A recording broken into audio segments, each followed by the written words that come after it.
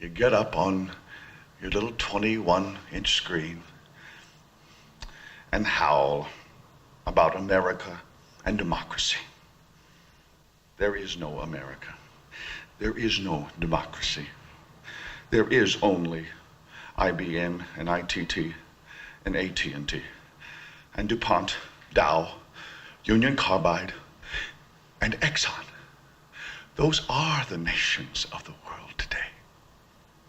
What do you think the Russians talk about in their councils of state? Karl Marx? They get out their linear programming charts, statistical decision theories, Minimax solutions, and compute the price-cost probabilities of their transactions and investments, just like we do. We no longer live in a world of nations and ideologies, Mr. Beale. The world is a college of corporations, inexorably determined by the immutable bylaws of business. The world is a business, Mr. Beale. Most of us are familiar with the anti-white policies of the corporate world, from affirmative action and diversity promotions to termination for thought crimes and anti-white advertising. Big business happily accepts the dictates of the liberal globalist narrative in all of its guises. There are numerous reasons for this. False impressions of the market based on mainstream media representations, various governmental financial incentives, pressure from social justice warriors and the NGOs that support them, the employment of rich and sheltered liberal whites in leadership positions, and the vastly disproportionate number of alien whites in positions of power, both as business leaders and as financial puppet masters. To be sure, this list is far from complete, but beyond such things is another serious problem, one that greatly inhibits the ability of ethnic Europeans, especially those from the middle and middle upper class, to combat the anti-white agenda. The corporate world functions as a parallel state, with a deracinated and emasculated culture that serves to misdirect the healthy, racially based social organization of Europeans altogether.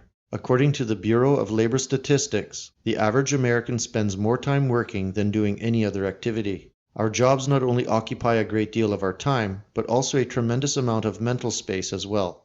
Anxiety about deadlines, navigating the waters of office politics, presenting the appropriate physical image, maneuvering ourselves into better positions so that we might be given the chance to work even longer hours for a few dollars more, socializing and networking as the job demands, and so on.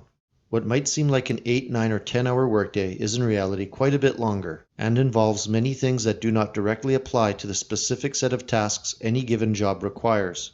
There's an intense psychological investment in one's workplace universe that reduces the capacity for investment in other realms of activity, and which do not disappear when one leaves the hypnotically sterile, manicured lawns and plop art of the office park.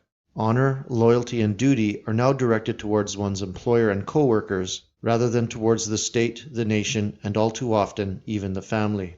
The ultimate loyalty, then, is to the corporation, both in daily practice and in political allegiance, for there is no viable American political party that does not court big business and subscribe to the neoliberal worldview. Traditional loyalties to organic social units are subsumed into this corporate state, thus creating a neutered, short-sighted, and politically passionless populace. The employee owes his allegiance now first and foremost to the corporation, which is the source of his livelihood and towards which his emotions, his ritualistic impulses, and his sociality are directed. So how did this happen? The primary reason is simply the sheer amount of time spent in the physical workplace. Secondly, there is the tremendous psychological pressure caused by the conviction that success in the workplace determines one's quality of life. But there are ways in which the social and organizational environment of the workplace alters the character of individual employees and their relationship to the outside world. The workplace environment shapes reactions, opinions, desires, goals, and visions of the future in accordance with its own internal logic. The employees can be considered to constitute as citizens of the bureaucratic and intensely hierarchical corporate state. This state, however, is devoid of any purpose other than resource consumption and regurgitation, money-making for the sake of money-making, and self-replication through physical and market expansion. As such, the impulses of its citizen employees are likewise geared towards such political fallow and spiritually unfulfilling goals. Over the past 100 years, a multiplicity of bureaucratic businesses was created, each containing employees who were now dependent on the success of their particular organizations. It should already be clear how the concept of dual citizenship applies here. With people and families increasingly scattered across the country, meaningful ties to traditional social, economic, and governmental community networks were broken. People became dependent on large business organizations for their financial security, their social networks, and their psychological comfort. The corporation, bosses, co-workers, and the very process of bureaucracy became the foundation of their daily lives. Over time, this pattern of rootless corporate bureaucratization spread like a virus. The culture of corporations and of corporate culture became deeply entrenched in American society. With every passing year, fewer and fewer Americans remained outside of this system. Those who did, like the blue-collared worker or craftsman, found life much harder, while those who willingly joined this new state found that their lives were dramatically changed by the experience. Individual identities gave way to a task-based institutional collectivism. Free thought was given away to conformity, honor given away to compliance, and the average worker's higher sense of duty was now geared towards his employer rather than his community. These, then, are distinctly foreign social customs to the American experience, but they have endowed the corporations themselves with a majesty found nowhere else in the world, and the human need for objects of reverence and for some sort of ritualized deference to authority is transferred from the real state to the parallel state. But in the parallel state, these rituals merely fulfill a base, mechanical, psychological need.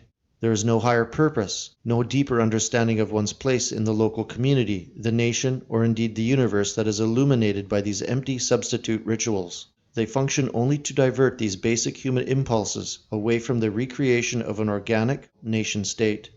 In the current liberal, globalized cultural climate, under a government that actively seeks to destroy any and all sense of collective white identity, that which inhibits active resistance to racial dispossession can only be seen as a tremendous negative.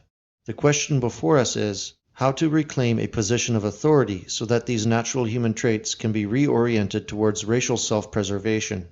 The socio-political and psychological orientation of white Americans has been co-opted by allegiance to this false parallel state and the corporate cultural matrix, through the creation and maintenance of an ossified conformist workforce in which the individual employee's sense of self and community is dependent upon wage slavery, Asiatic levels of obsequiousness, and a shallow strategic loyalty to people who neither care about him as an individual nor as a part of any nation external to the corporate bureaucratic workforce. We need to resist this both in theory and in practice by redefining what it means to be a national citizen and reclaiming the state as the expression of the collective will of the nation.